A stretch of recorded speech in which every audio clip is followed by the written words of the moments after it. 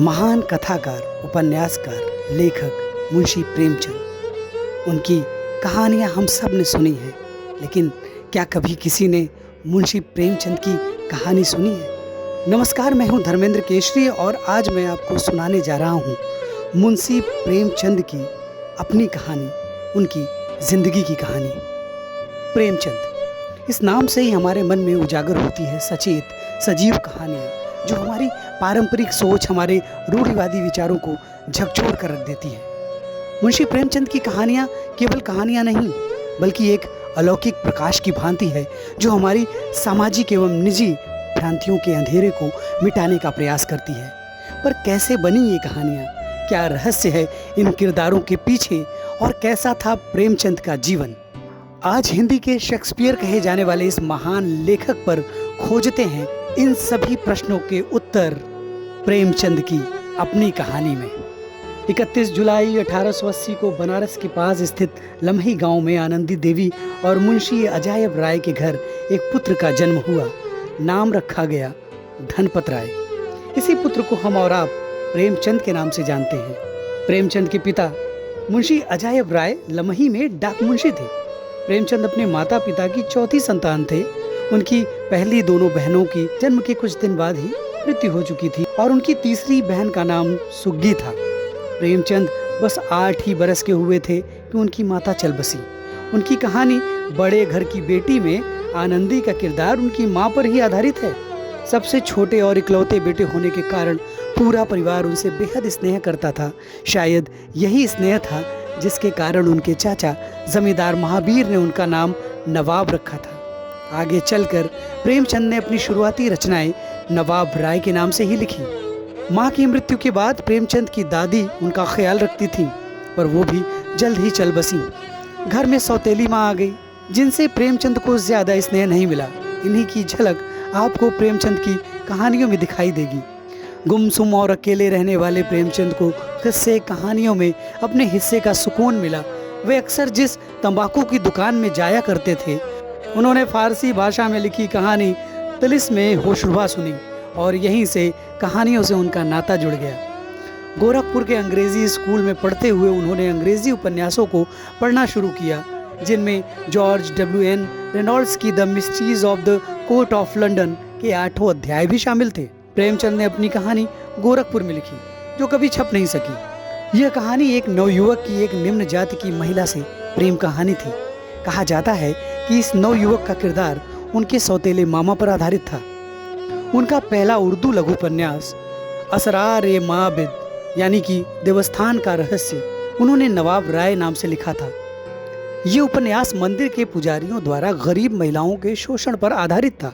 यह उपन्यास 1903 से 1905 के दौरान एक उर्दू साप्ताहिक आवाज़-ए-खल्क में प्रकाशित किया गया।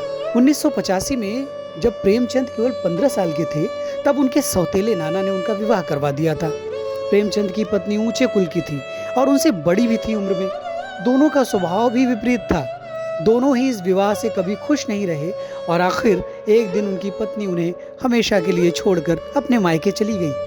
1906 में सामाजिक विरोध के बावजूद प्रेमचंद ने बाल विधवा शिवरानी देवी से पुनर्विवाह कर लिया। उनका दूसरा उपन्यास हम खुरमाओ हम सवाब प्रेमा में अमृत राय का किरदार उनके इसी कदम पर आधारित था। प्रेमचंद की मृत्यु के बाद शिवरानी देवी ने उन पर एक किताब लिखी, जिसका नाम था प्रेमचंद घर में। खैर, 1907 में प्रेमचंद का पहला कहानी संग्रह सोज-ए-वतन यानी कि देश का मातम प्रकाशित हुआ। इस संग्रह में 5 कहानियां थीं। दुनिया का सबसे अनमोल रतन, शेख मखमूर, यही मेरा वतन है, शोक का पुरस्कार और सांसारिक प्रेम। 5 कहानियां उर्दू भाषा में थी। 1910 में उनकी इस रचना के बारे में अंग्रेजों को पता चल गया। आजादी की जंग से जुड़ी इन कहानियों को देशद्रोही करार दिया गया। सोज़े-वतन की सारी प्रतियां जलाकर नष्ट कर दी गईं और नवाब राय को हिदायत दी गई कि अब वो कुछ भी नहीं लिखेंगे। यदि लिखा तो जेल भेज दिया जाएगा। उर्दू में प्रकाशित होने वाली जमाना पत्रिका के संपादक और उनके दोस्त मुंशी दया नारायण निगम ने उन्हें प्रेमचंद नाम से लिखने की सलाह दी। इसके बाद वो प्रेमचंद नाम से लिखने लगे। जल्द ही उर्दू लेखनी में प्रेमचंद एक जाना माना नाम बन गया, पर अब उर्दू प्रकाशकों का मिल पाना कठिन होने लगा।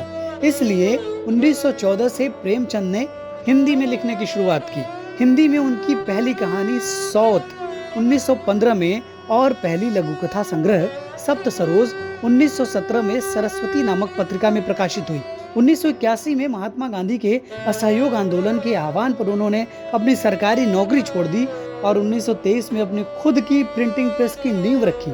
बनारस में स्थित उनके इस प्रेस का नाम था सरस्वती प्रेस। 1924 से लेकर 1930 के बीच उनके इस प्रेस से उनकी कई महान कृतियां छपी, जैसे कि रंगभूमि 1924 में, निर्मला 1925 में, प्रतिज्ञा 1927 में और गबन 1928 में। मार्च 1930 में प्रेमचंद ने अपने साप्ताहिक पत्रिका हंस की शुरुआत की, जो ज्यादा दिन नहीं चली। इसके बाद उन्होंने जागरण नामक पत्रिका का भी प्रकाशन किया, पर उससे भी उन्हें भारी नुकसान हुआ। 31 मई 1934 को हिंदी फिल्म जगत में अपनी किस्मत आजमाने प्रेमचंद मुंबई भी पहुंचे। पटकथा लेखक के तौर पर उनकी पहली फिल्म मोहन भवनानी द्वारा निर्देशित मजदूर थी।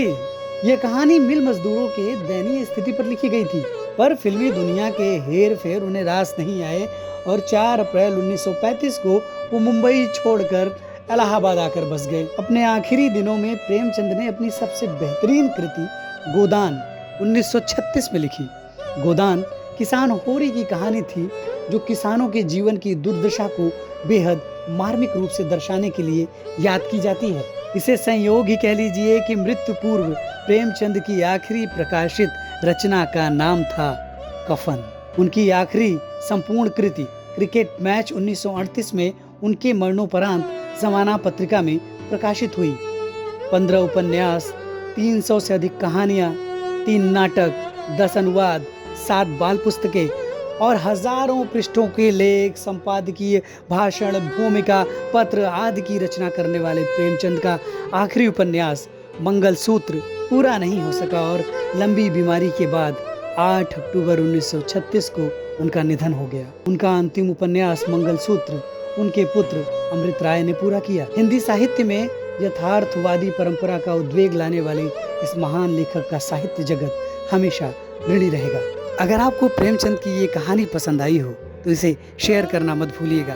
कमेंट ज़रूर करके बताइएगा कि आपको कैसी लगी प्रेमचंद की कहानी और प्रेमचंद की वो कौन सी कहानियाँ हैं जो आपको बहुत पसंद हैं और आज भी आपके जहन में हैं, लगातार याद आती हैं। चैनल को सब्सक्राइब ज़रूर कीजिएगा, क्योंकि आपके मनोबल से ही हम और भी कहानियाँ आपके बीच लाएंगे। धन्यवाद। नमस्ते।